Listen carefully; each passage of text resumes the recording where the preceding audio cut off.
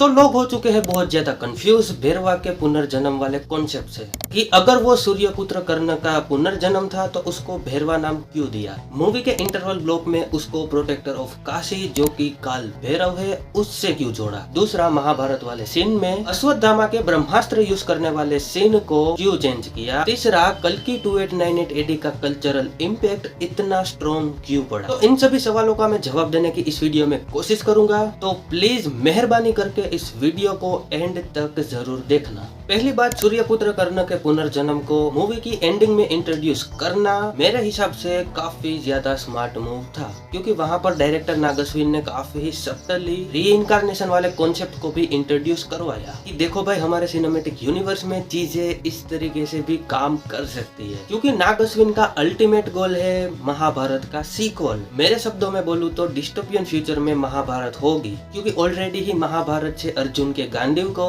इस dystopian world में introduce कर दिया गया है। उस वेपन को कंपटीशन देने वाला एक ही वेपन था पूरी महाभारत में, जो कि था विजय धनुष। वो धनुष था किसका?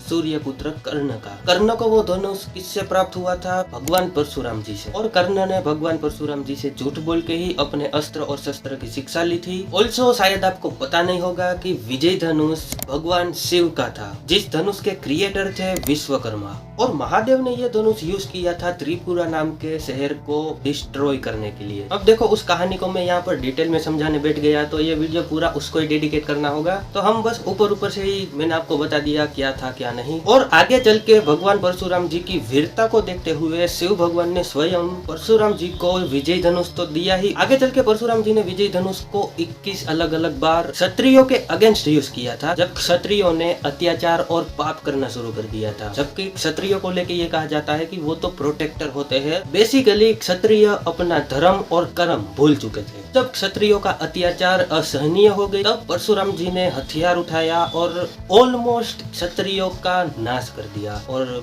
सचमुच में वो वाला जो पूरा इवेंट था वो बहुत ज्यादा डार्क इवेंट था। अगर लाइव एक्शन में कोई परशुराम जी पे अगर मूवी बनाता है तो उनको पहली चीज तो इस मूवी को हार्ड आर रेटिंग के साथ ही बनाना पड़ेगा। एंड डेफिनेटली ये कहानी काफी ज्यादा फैसिनेटिंग है। अगर इस पे मूवी बनती है, स्पेशली कल्कि सिनेमैटिक यूनिवर्स में परशुराम जी को एक डेडिकेटेड मूवी मिलती है, तो डेफिनेटली वो काफी तगड़ी बात होगी। तो ये थी कहानी विजय धनुष की। अब आगे बढ़ते हैं क्यों भैरवा को, जो कि कर्ण का पुनर्जन्म है, उसको इस मूवी के इंटरवल ब्लॉक में काल भैरव से जोड़ा गया। लेकिन मैं ये कहना चाहूंगा कि उस सीन को अगर ध्यान से देखोगे तो वहाँ पर न ही सिर्फ काल भैरव से भैरवा को जोड़ा गया था, बल्कि कर्ण का भी वहाँ पर रेफरेंस था। एक और रथ का पहिया जो कि कर्ण का रेफरेंस है, दूसरी और काल भैरव। तो इसका सिंपल सा लॉजिकल आंसर यही है, भैरवा कर्ण का रीइंकार्नेटेड वर्जन ही है, बट उसके नाम से और उसकी पावर्स की वजह से, जो कि ऑब्वियसली तभी उसकी पावर्स एक्टिवेट होती है जब उसके पास विजय धनुष होता है, तभी वो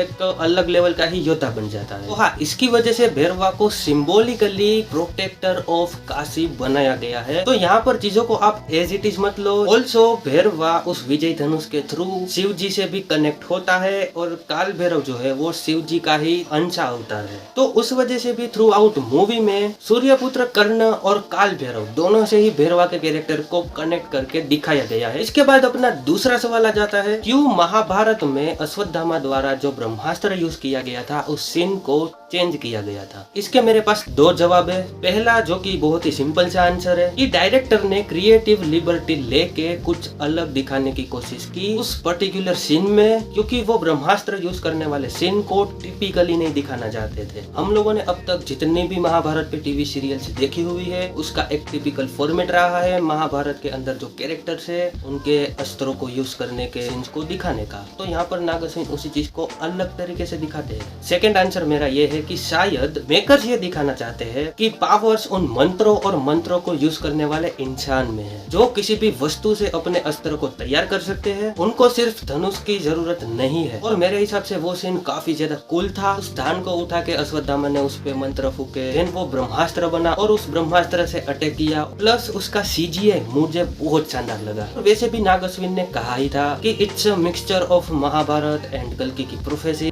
एंड साइफाई। तो यहाँ पर नागश्विन कुछ कूल और तगड़ा दिखाने के लिए जो कि टिपिकल भी ना हो, उसके लिए अगर क्रिएटिव लिबर्टी लेते हैं तो उसमें कोई भी बुराई की बात नहीं है। और सिनेमा में अक्सर ऐसा होता ही है, डायरेक्टर्स क्रिएटिव लिबर्टी लेते ही है क्योंकि सिनेमा की एक अलग भाषा होती है। तो काफी बार डायरेक्टर्स उस सिनेमेटिक लैंग्वेज में अपनी कहानी को फिट करने के लिए भी क्रिएटिव लिबर्टी लेते हैं। तीसरा सवाल, कल्कि का कल्चरल इम्पैक्ट बहुत स्ट्रॉन्ग है, लेकिन क्यों, क्या कारण है उसका? इस मूवी को देखने के बाद लोग लिटरली रिसर्च कर रहे हैं महाभारत पे, कल्कि की प्रोफेसी पे। इसमें जो महाभारत के वक्त का गांडीव दिखाया गया, देन कर्ण का जो विजय धनुष दिखाया गया, उस पे लोग रिसर्च कर रहे हैं। ये काफी बड़ी बात है। और ये जो इतना तगड़ा कल्चरल इम्पैक्ट ये मूवी छोड़ पाई, उसका क्रेडिट मैं नाग अश्विन को ही देना चाहूंगा। नो मैटर मूवी के फर्स्ट हाफ में हीरो का एंट्री सीन कैसा था या अननेसेसरी गाना क्यों था, वो इन दी एंड आपके लिए मैटर नहीं करता, क्योंकि ओवरऑल मूवी उन चीजों को छोड़ के हेवीली फोकस करती है अपने डायरेक्टर के विजन पे कि भाई मैंने ये विजुअल सोचे हैं, मेरी मूवी में किस तरीके से महाभारत के विजुअल्स दिखेंगे, डिस्टोपियन वर्ल्ड कैसा दिखेगा, कल्कि की प्रोफेसी को उन्होंने किस तरीके से प्रेजेंट किया मूवी में। Ashwatthama versus Bhairava, in the end Bujji the robot versus Ashwatthama, उस फाइट सीक्वेंस में वो पूरा वन टेक ट्रैकिंग शॉट, उसके अंदर भी महाभारत वाले सीन्स की ग्लिम्पसेस। तो ये सारी की सारी चीजें देखने के बाद ऑब्वियसली कोई भी फैसिनेट होगा इस कहानी और इस कहानी के वर्ल्ड को और भी देखने और एक्सप्लोर करने के लिए। प्लस ये कहानी जिस दूसरी कहानियों से इंस्पायर्ड है उसको भी लोग जानने के लिए 100% एक्साइटेड होंगे ही, क्योंकि एक बार को सोचो मूवी इतनी अच्छी होती ही नहीं तो लोग इतने ज्यादा एक्साइटेड होते ही नहीं इन चीजों पे रिसर्च करने के लिए एंड इन सभी चीजों में और भी डीप डाउन जानने के लिए। या फिर लोग दूसरी तरीके से भी फैसिनेट हो सकते हैं कि भाई इतनी तगड़ी मूवी को, इतने तगड़े विजुअल्स को किस तरीके से क्रिएट करा गया है, तो लोग बिहाइंड द सीन्स जानने के लिए भी एक्साइटेड होते हैं। सो हाँ, यही था आज का वीडियो। अगर आप लोगों ने ये वीडियो यहाँ तक देखा है तो दिल से धन्यवाद आप सबको। यहाँ तक ये वीडियो देखा है तो डेफिनेटली आपको ये वीडियो पसंद आ रहा होगा। तो प्लीज यार इस वीडियो के नीचे वो जो लाइक वाला बटन है उसको प्रेस कर दो, जो कि बिल्कुल ही फ्री है, उसको दबाने में एफर्ट्स भी नहीं लगते,